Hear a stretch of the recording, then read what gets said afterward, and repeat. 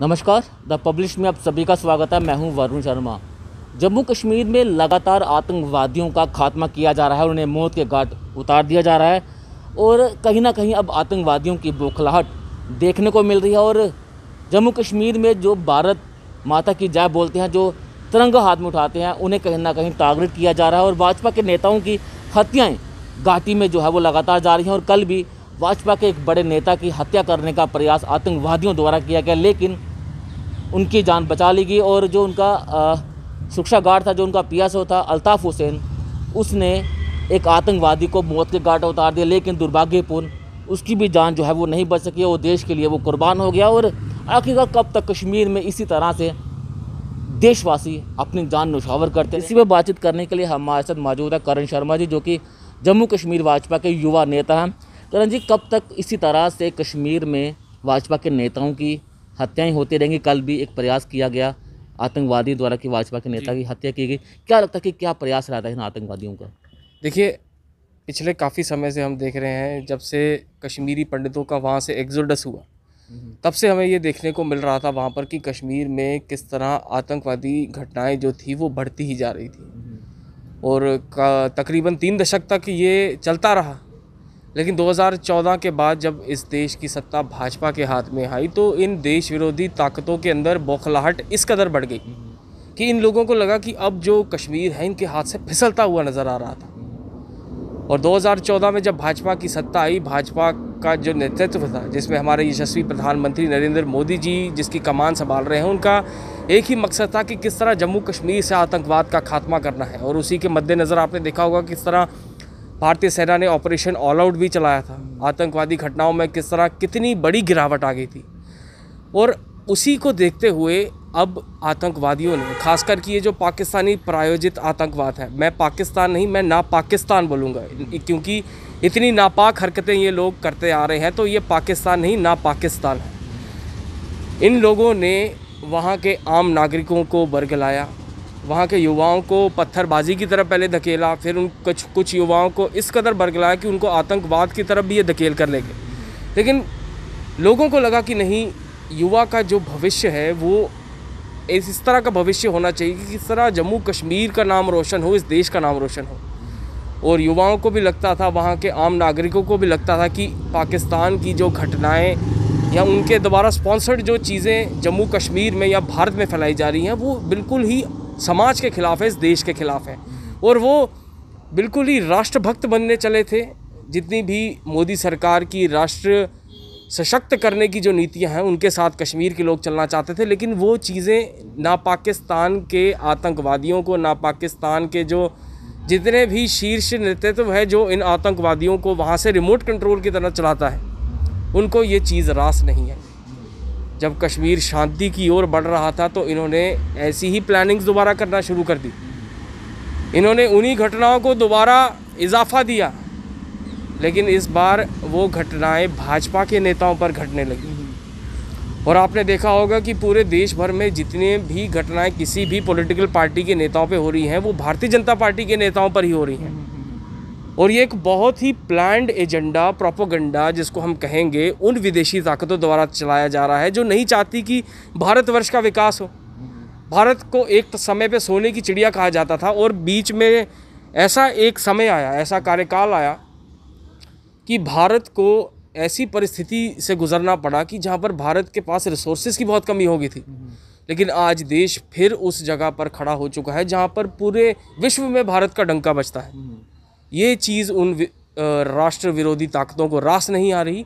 और उसी के मद्देनज़र पहले जब जैसा हमने देखा कि हमारे भारतीय जनता युवा मोर्चा के ज़िला अध्यक्ष थे गौहर भट्ट जी, उनकी हत्या की गई, निर्मम हत्या की गई। उसके बाद शेख वसीम बारी जो पूर्व ज़िला अध्यक्ष थे, उनके पिता, उनके भाई, किस तरह उनके तीनों एक ही परिवार के तीनों सदस्यों को उनके घर के बाहर ही कुछ 2-3 आतंकवादियों द्वारा उनकी हत्या कर दी जाती है।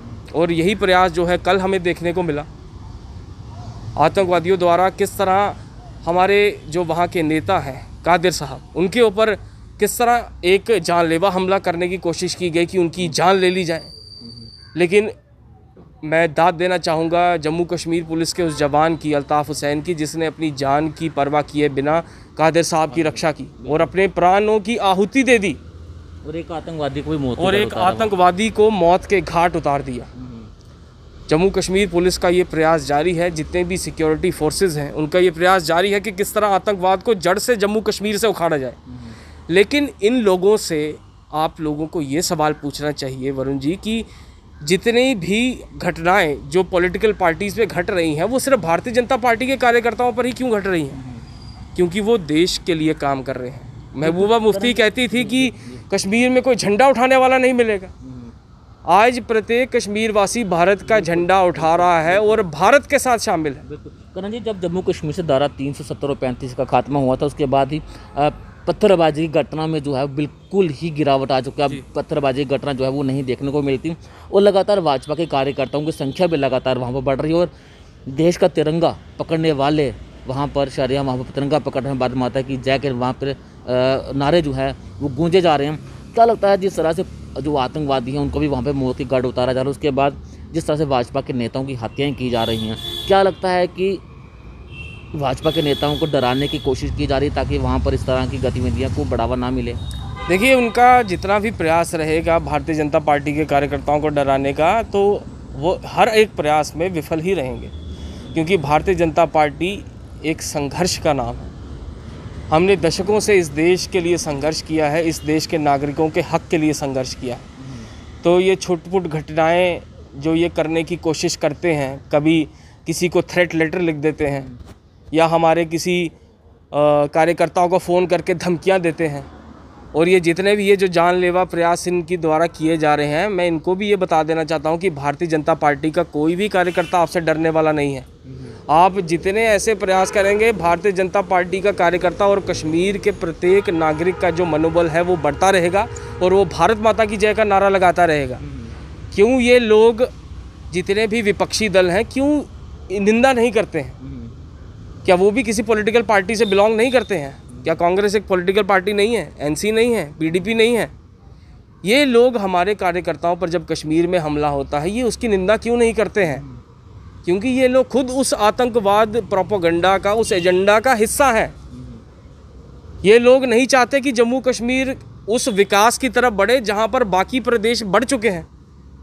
क्यों जम्मू कश्मीर आज मुंबई से पीछे है? क्यों जम्मू कश्मीर आज दिल्ली से पीछे है? इन्हीं 3-4 परिवारों की वजह से जम्मू कश्मीर को ये हालात दशकों तक देखने पड़े। लेकिन 2014 के बाद जम्मू कश्मीर में जो विकास की लहर दौड़ी है, जम्मू कश्मीर में इतने प्रोजेक्ट्स आज की डेट में चल रहे हैं और वो सब हमारे यशस्वी प्रधानमंत्री नरेंद्र जी का तोहफा है। क्योंकि वो चाहते थे, क्योंकि उन्होंने जम्मू कश्मीर में रहकर जम्मू कश्मीर की परिस्थितियों को जाना है। 90 के दशक में वो यहाँ पर प्रभारी थे। यहाँ पर उन्होंने ज़मीनी स्तर पर रहकर प्रत्येक गांव पर, प्रत्येक बूथ पर जाकर लोगों का हाल जाना है।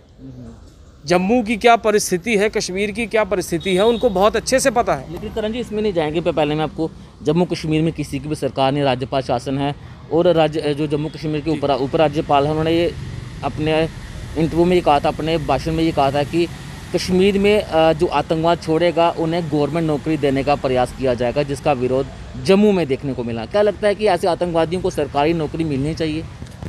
बिल्कुल नहीं मिलनी चाहिए।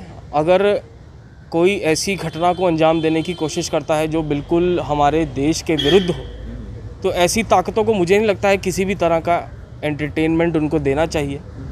क्योंकि हमारा एजेंडा शुरू से ही क्लियर रहा है कि सबका साथ, सबका विकास, सबका विश्वास। और राष्ट्र विरोधी ताकतों को हम ना कभी सहन करते थे, ना सहन करेंगे और ना आगे जाकर इन पर हम किसी भी तरह का जो है भरोसा जो है वो करने वाले हैं। राष्ट्र विरोधी, एक बार जो राष्ट्र विरोधी है वो हर बार राष्ट्र विरोधी है जी। उसके साथ साथ जम्मू की अगर ख़ास तौर पे बात करें तो नाइंसाफ़ी झेलनी पड़ती है जम्मू वासियों को। तो भाजपा ने साफ कहा था कि हमारी सरकार आने के बाद जम्मू वासियों के साथ भेदभाव नहीं होगा, उनके साथ इंसाफ किया जाएगा। लेकिन अभी एक लिस्ट जो है वो निकली है फायर ब्रिगेड की, अगर बात करें तो इसमें 90% युवाओं को नौकरी जम्मू कश्मीर में दी गई है और सिर्फ मात्र 10% युवाओं को नौकरी जम्मू में दी गई है। तो ये नाइंसाफ़ी अभी भी लगातार जारी है। देखिए, आपने बिल्कुल सच कहा। मैं भी इस चीज़ से एग्री करता हूँ कि ये नाइंसाफ़ी हुई है। लेकिन आपको ये मैं बता दूं कि इस समय भारतीय जनता पार्टी सरकार में नहीं है। इस समय उपराज्यपाल जी का शासन है जम्मू कश्मीर में।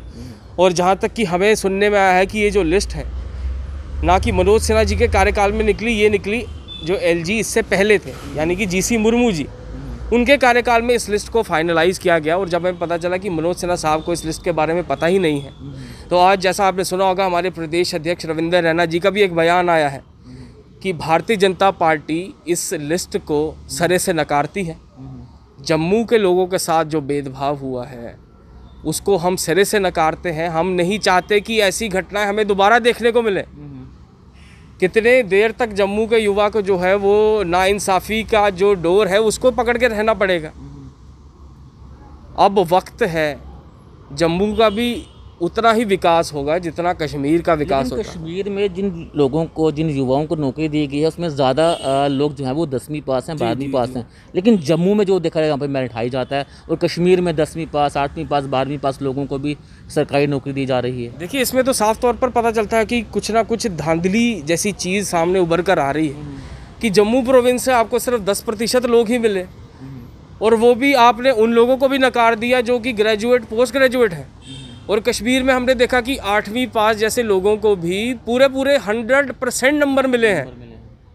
तो ये कहाँ का लॉजिक है, ये मैं जानना चाहता हूँ पर्टिकुलर उस डिपार्टमेंट से जिसने ये एग्ज़ाम कंडक्ट किया, कि ऐसा क्या था कि जम्मू को से खाली आपको पूरे संभाग से 10% लोग मिले, और वो भी पोस्ट ग्रेजुएट और ग्रेजुएट बंदे थे जिन्होंने ये एग्ज़ाम में जिनको 50 या 55 नंबर दिए हैं, और 100 नंबर लेने वाले वो लोग जो 8वीं पास है, 6वीं पास है। लेकिन जब और कहीं तो मुझे ये भी सुनने में आ रहा है कि एक ही परिवार के 4 भाइयों को कश्मीर में नौकरी दे दी। लेकिन जब जेके बैंक एक्सपीरियंस की जब जेके में रिक्रूटमेंट होती है उसमें 70% जम्मू के युवा सिलेक्ट होते हैं, लेकिन उस लिस्ट को कैंसिल किया जाता है। लेकिन 90% लोगों को श्रीनगर में रोजगार दिया गया, उसका विरोध अभी तक देखने को नहीं मिला। छोटी मोटी पार्टियाँ जो विरोध करें, लेकिन बड़ी पार्टियाँ उस चीज़ का विरोध नहीं। अभी तक ऐसा कोई ऑफिशियल नहीं हुआ है कि 70% जम्मू के लोगों ने पास किया या कश्मीर के लोगों ने इतने % पास किया। ये जो लिस्ट थी, पिछले जो पास चेयरमैन थे जेके बैंक के, उनके टेन्योर में ये लिस्ट निकाली गई, और उस लिस्ट पर काफ़ी क्वेश्चंस भी खड़े किए एसीबी ने, यानी कि जो एंटी करप्शन ब्यूरो है। इसका मतलब कुछ ना कुछ धांधली तो उसमें भी चल रही थी। तो जब धांधली जैसी कोई चीज़ हो, उसमें आप कैसे क्लियर बता सकते हो कि इसमें यहाँ से इतने प्रतिशत धांधली हुई? लगता है कि ऐसे लोगों पे कार्रवाई होनी चाहिए, ऐसे लोगों पर सख्त कार्रवाई होनी चाहिए। मैं तो कहता हूँ इनको तो जेल में बंद कर करके इनको कोड़े मारने चाहिए जो जम्मू के युवा के साथ ऐसा बर्ताव कर रहे हैं। कितने सालों तक लाखों की संख्या में जम्मू कश्मीर का युवा बेरोजगार रहा, और अब उस चीज़ को हम लोग ख़त्म करने की कोशिश कर रहे हैं। कुछ नई चीज़ों को जम्मू कश्मीर में लाने की कोशिश कर रहे हैं, ताकि ये जो समस्या दशकों से चलती आ रही थी, दशकों तक तो अब्दुल्ला परिवार या मुफ्ती परिवार ने ही इस प्रदेश को चलाया ना। तो एक समय में तो अब उमर अब्दुल्ला ने भी ये बयान दिया अपने सीएम रहते हुए कि इस प्रदेश में लाखों की संख्या में जो युवा है वो बेरोज़गार है। आप लोग जब कुछ नहीं कर पाए इस प्रदेश के लिए, जो कर रहा है उनको तो करने दीजिए। भारतीय जनता पार्टी का मकसद तब तक पूरा नहीं होगा जब तक जम्मू कश्मीर का प्रत्येक युवा नौकरी पे ना लग जाए। आखिरी में छोटा सा ये सवाल करना चाहूँगा, जम्मू को अपना हक मिलेगा? जम्मू को उसका हक मिल रहा है। भारतीय जनता पार्टी के यशस्वी नेता जो हमारे प्रधानमंत्री हैं, वो बखूबी जानते हैं कि जम्मू कश्मीर को क्या देना है, कितना देना है। जम्मू कश्मीर के इतिहास में इतना बड़ा पैकेज आज तक किसी भी पॉलिटिकल पार्टी ने नहीं दिया, मैं आपको बता दूं, जो नरेंद्र मोदी जी ने दिया। और उसी पैकेज का लाभ सबको मिलेगा आने वाले दिनों में। जितने भी लंबित मुद्दे हैं, चाहे वो डेली वेजेस के मुद्दे हों या किसी के भी मुद्दे हों, मैं आपके माध्यम से मेरी जनता को ये बता देना चाहता हूँ, मेरे दोस्तों को ये बता देना चाहता हूँ कि सभी मुद्दे आने वाले दिनों में हल होंगे। लेफ्टिनेंट गवर्नर मनोज सिन्हा साहब, भारतीय जनता पार्टी के शीर्ष नेतृत्व और हमारे यशस्वी प्रधानमंत्री नरेंद्र मोदी जी के आशीर्वाद से सब कुछ जम्मू वासियों के लिए, कश्मीर वासियों के लिए पूरा होगा। जी बहुत बहुत शुक्रिया हमसे बातचीत करने के लिए। तो करण जी हमारे साथ बातचीत करने के लिए मौजूद है, जो कि भाजपा के युवा नेता हैं।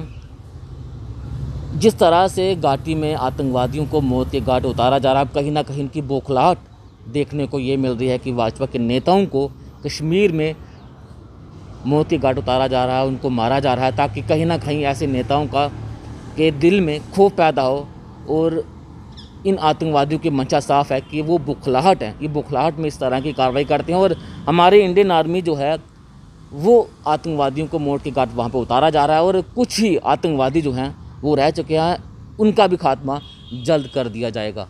बने रहें द पब्लिश के साथ। धन्यवाद।